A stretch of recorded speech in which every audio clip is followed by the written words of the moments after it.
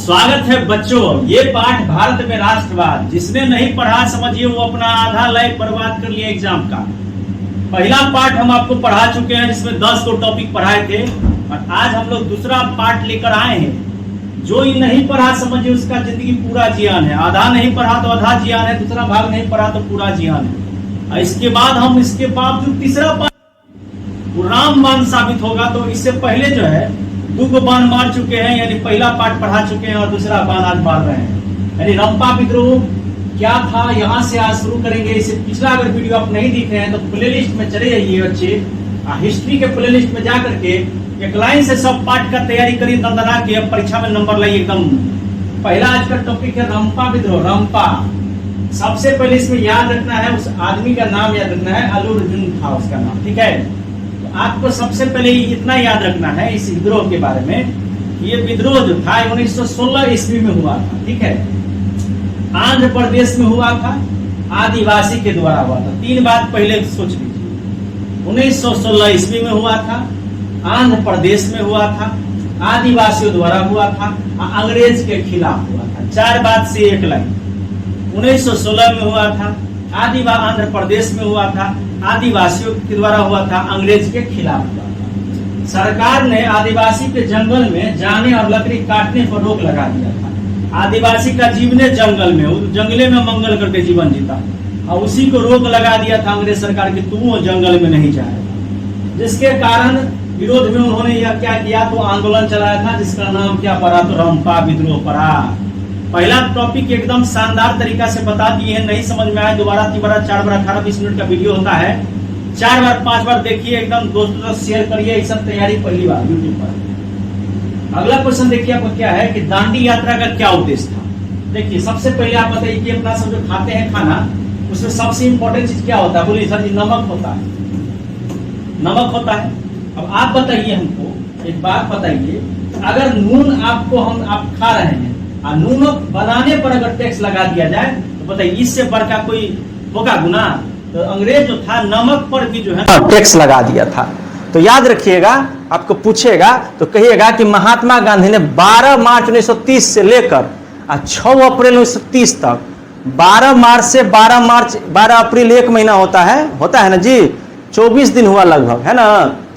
तो 24 दिन जो है लगभग जो है तुमको याद रखना है। 24 दिन 12 मार्च 1930 से लेकर 6 अप्रैल 1930 तक गांधी जी अपने बहुत सारे लोगों के साथ, है ना, दांडी यात्रा किए थे। बहुत सारे लोगों को अपने साथ लेकर के क्या किए थे, दांडी तक की यात्रा किए थे। इसका मुख्य उद्देश्य क्या था, तो देखिए इसका मुख्य उद्देश्य यही था कि समुद्र के पानी से जो नमक बनाकर अंग्रेजों के नमक कानून को तोड़ना। अंग्रेज कहा था कि आप नमक बनाइएगा तो हम टैक्स लेंगे। तो गांधी जी कहे कि चल हमरा संगे सब गोटा, सबको ले गए दांडी तक और वहां पर नमक बनाकर नमक कानून को तोड़ने के लिए उन्होंने नमक बनाया। ठीक है, और इसके बाद क्या हुआ, तो पूरे देश में सविनय अवज्ञा आंदोलन का शुरुआत हुआ। यानी नमक दांडी यात्रा से ही जो है पूरे देश में किस आंदोलन का शुरुआत हुआ था, सविनय अवज्ञा आंदोलन की। तो हमको लगता है कि बात आप समझ में आ गया होगा।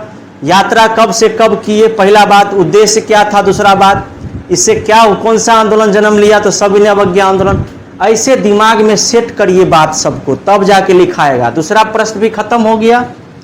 अब तीसरा प्रश्न देखिए क्या है, गांधी इरविन समझौता क्या था। झक्कास क्वेश्चन है बाबू, याद रखिएगा कि 5 मार्च 1931 को जिस प्रकार अभी देश चला रहे हैं ना हमारे देश में प्रधानमंत्री जी, उसी प्रकार अंग्रेज शासन में जो है देश की नीति नियम जो बनाता था ना, उसका नाम होता था वायसराय। क्या होता था चेला, वायसराय। बढ़िया से समझ में आ रहा ना, परीक्षा में एकदम बढ़िया से गर्दा मचा के लिखना है ना। तो 5 मार्च 1931, इतना तारीख याद रखिए। गांधी इरविन समझौता कब हुआ था, 5 मार्च 1931। गांधी जी और वायसराय लॉर्ड इरविन के बीच। अब समझ में आ गया वायसराय कौन होता था बाबू रे, जो उस टाइम में शासन प्रशासन में नीति नियम कानून स्थापित करता था, उसको वायसराय कहते थे।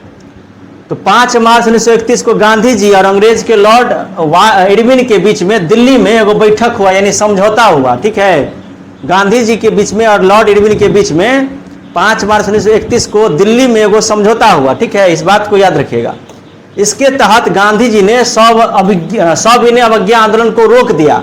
यानी नमक बनाने से उन्होंने शुरुआत किया था आंदोलन को। और इन 31 में यानी 1 वर्ष के बाद जो है गांधी जी को मीटिंग में जो है सो इरविन के साथ समझौता हो गया, तो ये क्या किए, सविनय अवज्ञा आंदोलन को रोक दिए। अंग्रेज जेल में बंद राजनीतिक कैदियों को छोड़ने के लिए तैयार हो गया। तो इस बात पर यह आंदोलन छोड़े कि आप जितना भी हमारे आदमी को जेल में डाले हैं पहले उसको आप निकाल दीजिए, आप निकाल दीजिएगा तो समझौता हो गया, उसके बाद हम आंदोलन को बंद कर देंगे। इसी समझौता का नाम क्या था बाबू रे, गांधी इरविन समझौता। एकदम VVI है बाबू, VVI, ठीक ना। अगला देखिए क्या है, पूना पैक्ट क्या था। पूना पैक्ट बहुत VVI, ये भी MVI क्वेश्चन सब है, ये सब पूछता है एग्जाम में बाबू। याद रखिएगा कि 26 सितंबर 1932 को पुणे की यरवदा जेल में, याद रखिएगा 26 सितंबर 1932 को पुणे के यरवदा जेल में गांधी जी और डॉक्टर भीमराव अंबेडकर जी के बीच में समझौता हुआ था। क्योंकि गांधी जी जो थे वो आपको हरिजन शब्द दिए हुए थे जो अंबेडकर जी को पसंद नहीं था, है ना। तो गांधी जी और अंबेडकर जी के बीच में बराबर जो है तालमेल नहीं बैठता था। तो 26 सितंबर 1932 को पुणे के यरवदा जेल में गांधी जी और भीमराव अंबेडकर के बीच में एगो समझौता हुआ। क्या हुआ बाबू रे, समझौता। इस समझौता के तहत दलित वर्ग के लिए राज्य में और केंद्र में, दलित जितने भी वर्ग हैं उनके लिए राज्य में और केंद्र में कुछ सीट रख दिया गया, फिक्स कर दिया गया उनको चुनाव लड़ने के लिए। यानी मान लीजिए कि अपना सबका इलाका बेनीपट्टी, बासोपट्टी, मधुबनी, सरकार नियम लगा दे कि इस बासोपट्टी, बेनीपट्टी, मधुबनी से कोई नमहर जाति का नेता खड़ा नहीं हो सकता है, सिर्फ छोट मन दलित जाति का नेता खड़ा हो सकता है। इसी को कहते हैं फिक्स करना, आरक्षण फिक्स करना। तो यही काम किया गया था। इसी समझौता का नाम क्या है, पूना पैक्ट। यानी इस समझौता के तहत दलित वर्ग के लिए प्रांतीय और केंद्रीय विधानसभा में सीट को क्या कर दिया गया, आरक्षित करके रख दिया गया। इस बात को हम आपको समझा भी दिए हैं क्या होता है इसका मतलब। तो इसको याद रखिएगा, ये गांधी जी और अंबेडकर जी में समझौता हुआ था। इस समझौता में दलित वर्ग के लिए प्रांतीय स्तर पर तथा केंद्रीय स्तर पर चुनाव लड़ने के लिए कुछ सीट को आरक्षित कर दिया गया था। ऐसे लिख दीजिएगा, ठीक है। कौन जेल में हुआ था, यरवदा जेल में। स्वराज पार्टी, देखिए ये भी बहुत VVI, MVI ये सब है क्वेश्चन, एकदम मोस्ट VVI जिसको कहते हैं। अब है कि असहयोग आंदोलन, आपको मालूम है 1920 में हुआ था। असहयोग आंदोलन के बंद होने से निराश होकर जनवरी 1923 में चित्तरंजन दास और मोतीलाल नेहरू ने इसका स्थापना किया था। याद रखना है। और पूछेगा कि असहयोग आंदोलन क्यों बंद हो गया था, तो चौड़ी चौड़ा कांड पढ़ाए थे इससे पिछला वीडियो में, ध्यान दे के पढ़िए एकदम, समझे कि नहीं। तो असहयोग आंदोलन बंद होने से निराश होकर जनवरी 1930 में 2 आदमी का नाम रखना है, चित्तरंजन दास और मोतीलाल नेहरू जी ने इसकी स्थापना की थी। किसकी, स्वराज पार्टी का स्थापना किया था। इसका उद्देश्य क्या था, चुनाव जीतकर विधानसभा में जाना और अंग्रेजों के गलत फैसलों का अंदर बैठकर विरोध करना। संसद भवन में विपक्ष में बैठ करके जीतेंगे विधायक तब न जाएगा विधायक संसद में, और तब न सरकार कोई गलती करेगा तो आवाज उठाएगा चला। तो यही काम करते थे कौन, चित्तरंजन दास और मोतीलाल नेहरू। इस पार्टी की स्थापना किसने की थी, इस पार्टी की स्थापना किसने की थी, चित्तरंजन दास, मोतीलाल नेहरू। कब हुआ था, 1923 में। क्यों हुआ था, असहयोग आंदोलन के बंद होने के कारण। इसका उद्देश्य क्या था, संसद में जाकर अंग्रेज के खिलाफ, जो अंग्रेज सरकार गलत काम करेगी उसके खिलाफ आवाज उठाने के लिए ये लोग अपना पार्टी बनाए थे। बुझे, दिमाग में घुसा, सेट हुआ, वेरी गुड। अब अगला देखिए, अगला है कि असहयोग आंदोलन प्रथम जन आंदोलन था कैसे। देखिए 1920 में यह आंदोलन आपको शुरू हुआ था, 1922 में 2 साल चला था। 2 साल में क्या क्या हुआ, तो सब सरकारी तमगा को लोग हटा दिया, सरकारी चीज का बहिष्कार कर दिया, विदेशी सब चीज यूज करना बंद कर दिया लोग, ठीक है। तो लिखिएगा कि यह आंदोलन 1920 से 1922 तक चला। यह भारत का पहला ऐसा आंदोलन था जिसमें देश के हर वर्ग, शहर के हर लोग, किसान, मजदूर, छात्र, महिला एक साथ मिलकर, किसान, मजदूर, महिला, बच्चा, सब, वृद्ध, पढ़े लिखे, अनपढ़, सभी वर्ग, सभी धर्म, सभी जाति के लोग एक साथ मिलकर अंग्रेज का विरोध किए थे। इस तरीके से कहा जा सकता है कि असहयोग आंदोलन प्रथम जन आंदोलन था। इतना बात को आपको लिखना होगा। इतना बात के बाद लिखने के बाद आपको अतः करके लिखना होगा, अतः असहयोग आंदोलन प्रथम जन आंदोलन था, ठीक है। इस बात को समझ में आया क्या क्या था इसमें। 1920 से 22 तक चला। भारत का पहला ऐसा आंदोलन था इसमें हर वर्ग, हर धर्म, हर जाति के लोग, चाहे दलित हो, सवर्ण हो, बूढ़े हो, बच्चे हो, मजदूर हो, किसान हो, छात्र हो, सभी लोगों ने मिलकर बड़े स्तर पर आंदोलन किया, समझे। अतः यह आंदोलन प्रथम जन आंदोलन था। अगला देखिए, बारदोली सत्याग्रह, ये सबसे MVI है इस बार का, MVVI। 1928 ईस्वी में गुजरात के बारदोली में, 1928 ईस्वी में गुजरात के बारदोली में, 1928 ईस्वी गुजरात के बारदोली में अंग्रेज ने लगान का 22% बढ़ा दिया। यानी 1 रुपया जहां लिया जाता था उसका 22 गुना अधिक अंग्रेज लेने लगा। तो 22% लगान बढ़ाने के बाद वल्लभ भाई पटेल ने किसानों के से मिल करके इस आंदोलन को सफल किया। इस जीत के बाद वहां की महिलाओं ने उन्हें सरदार की उपाधि दी और इसी आंदोलन का नाम बारदोली सत्याग्रह है। इसको करने वाले व्यक्ति का नाम वल्लभ भाई पटेल है। ईस्वी का नाम 1928 है। स्थान का नाम गुजरात का बारदोली है। इतना लिखने के बाद परीक्षा में नंबर भर के मिलेगा, चैलेंज है मेरा, ठीक है, समझ में आया। 1928 ईस्वी में गुजरात के बारदोली में, 1928 ईस्वी गुजरात के बारदोली में अंग्रेज द्वारा लगान 22% अधिक लगा दिया गया, जिसके बाद सरदार वल्लभ भाई पटेल ने किसानों के साथ मिलकर एक बहुत बड़ा आंदोलन किया, जिस आंदोलन में वे सफल हो गए।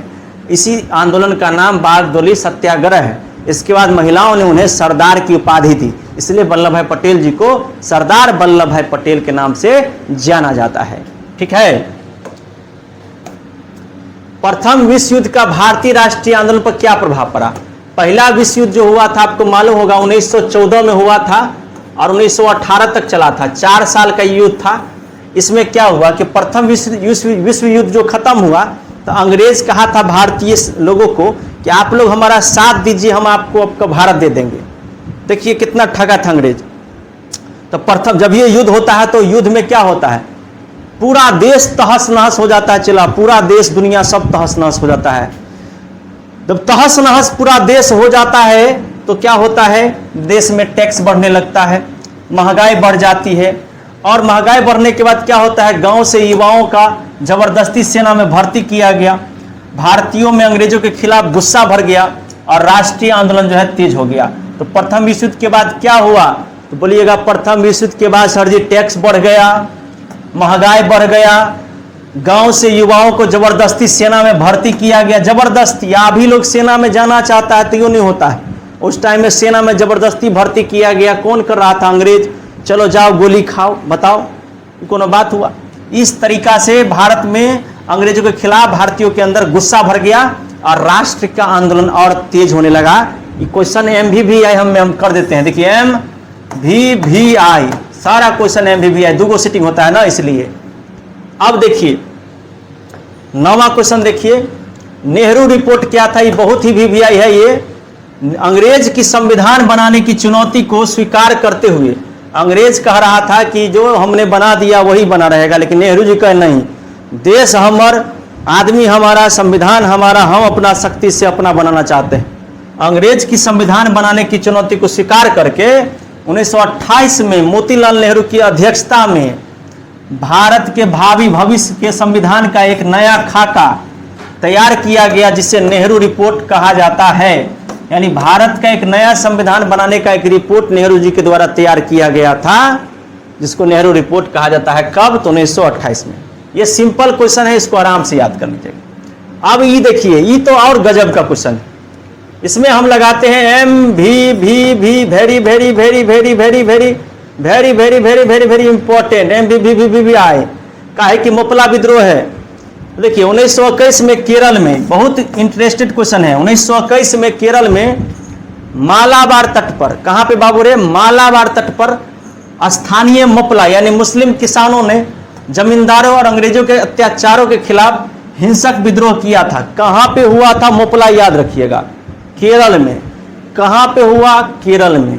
कब हुआ, 1921 में। 1921 में केरल में, 1921 में केरल में मालाबार तट पर मालाबार तट पर केरल के मुसलमानों ने, केरल के स्थानीय मुसलमान किसानों ने, जमींदारों ने, केरल के स्थानीय मुसलमान किसानों ने, जमींदारों ने अंग्रेज के खिलाफ, अंग्रेज के खिलाफ अत्याचार के खिलाफ, अंग्रेज के अत्याचार के खिलाफ, अंग्रेज के अत्याचार के खिलाफ हिंसक विद्रोह किया।